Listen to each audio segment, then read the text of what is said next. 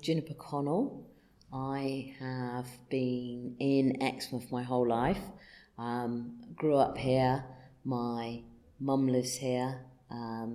Went to school at Exmouth, and I left for university. I worked in Wales for a little while, but I came back because it's truly my home. I am a small business.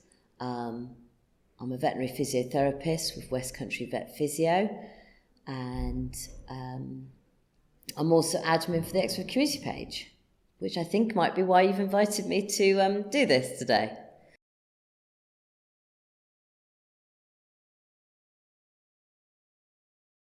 COVID-19 was unprecedented, and we realised as an admin team for Exmouth Community UK on Facebook that we were in a privileged position to be able to help.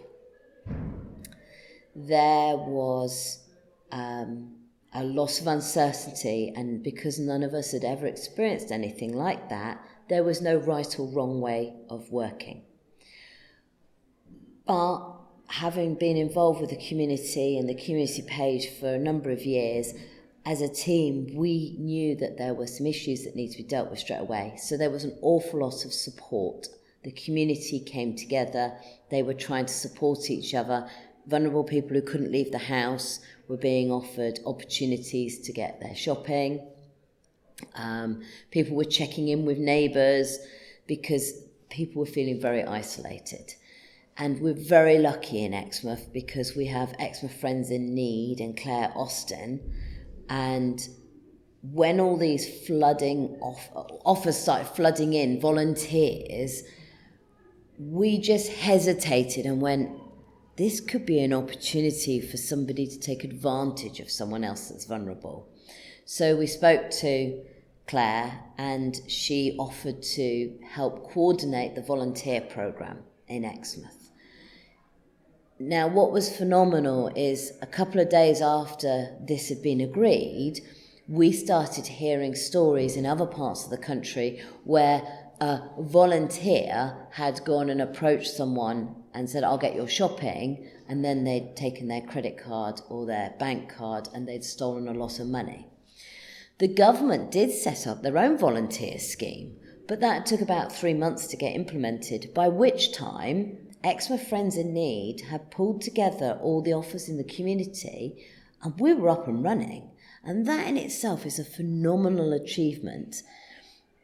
So COVID-19, I don't think any of us would want to live through anything like that again, but it did really show what an amazing community Exmouth is and how people supported each other during that time.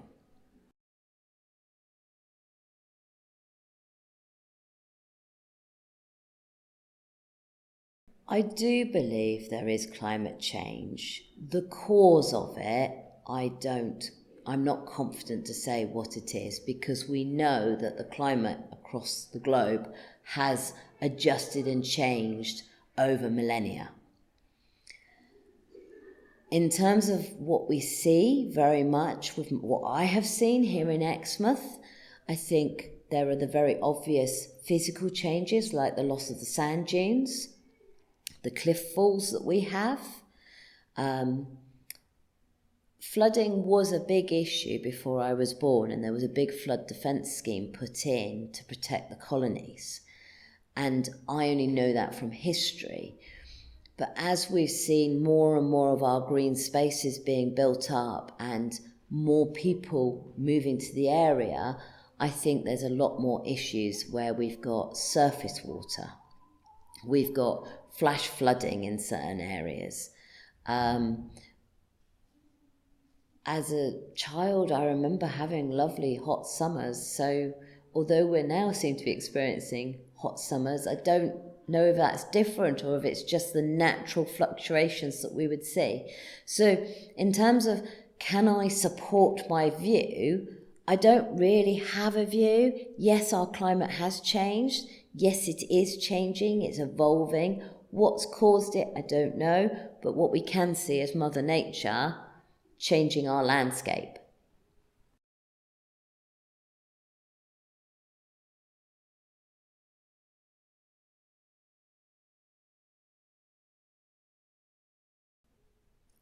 Wow, that's a big one, because if climate change is here and it's being caused by people, I think that some of the stuff that's going on in other countries is probably having a greater impact than what the town of Exmouth can do. So if we look at industrialization in places like Brazil and China, that makes it very difficult for people to have ownership and feel they're going to make a difference within a community in Exmouth. But if we're going to look at overall healthier, cleaner lifestyles, then we need to look at public transport options, making things accessible for people, being able to use bikes, walking. And we are blessed in Exmouth with that opportunity. And there has already been some amazing work in place, but it's about changing the attitudes now. So we have the most incredible cycling network, which we're very, very lucky to have in Exmouth. But attitudes are still lagging behind, that cyclists shouldn't be on the road or shouldn't be out there. I'm involved in the horse community. Again, something very healthy outside, not damaging the environment, and yet you will still see people saying, well, they should be out their fields. And that is possibly where we need to be looking at making changes, is attitudes. And that's not by demanding that someone has a different view. It's about working together or working out what the problem is. You know, why have they got a view that they don't want to see people walking or cycling? And then it's about working together holistically. So if we look very specifically at Exmouth and the pedestrian crossings down by Marks and Spencer's and the train station, really good at encouraging people to walk, encouraging them to have a safe space. But in actual fact, they cause such huge amounts of problems with traffic. I mean, sometimes if it's busy, they can be backed up all the way outside of Exmouth because of those two zebra crossings. And I can't imagine it's overly great for the environment to have all these cars idling right outside where we're trying to welcome people into Exmouth. Now, that to me is about planning, not really thinking of the bigger picture.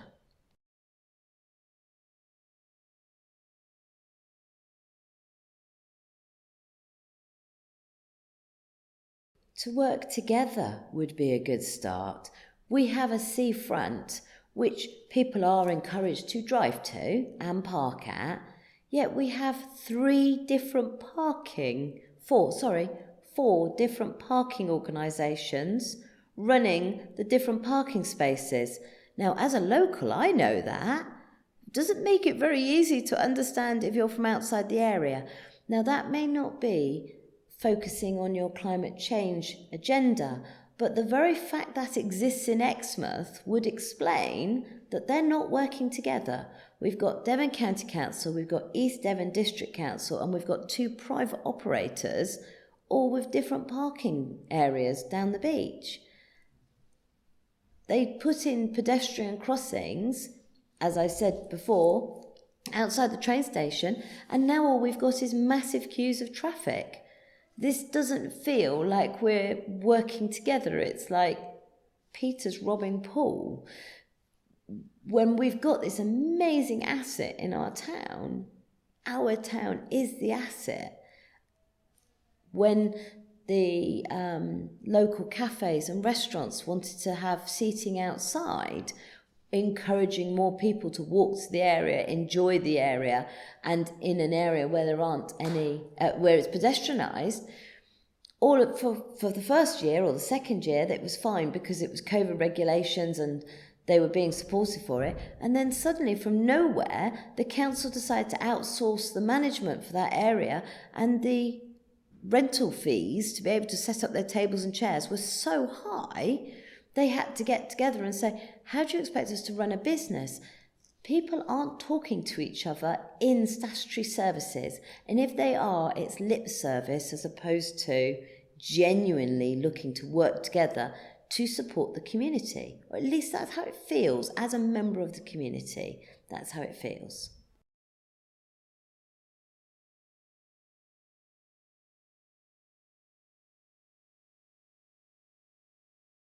So I very much support our new refuge system, whereby everything that can be recycled is recycled. In fact, people laugh at me for the amount of stuff I'll go, yes, we can break that up and it will be able to go through the recycling.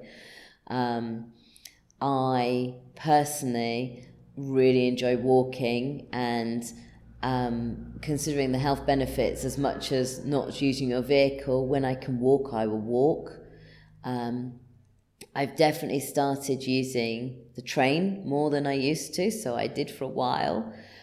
And I think the biggest thing is it's not that I have made those decisions because of climate change alone, it's because it's actually got much wider benefits for me. So if my bin is only going to get collected once every 3 weeks, by recycling as much as possible, there's not an issue. I'm not going to run out of space. By walking, I'm going to save money with fuel costs. It's healthier for me. There are all sorts of other benefits and the environment benefits at the same time. And it's the same with the train. If I'm going to go into Exeter, actually walking down, catching the train, it's much easier to park, it's more convenient. And I think that that's what makes it easier for me personally to make some decisions and choices that are benefiting the climate and reduce climate change, hopefully, because there are other implications to each one as well.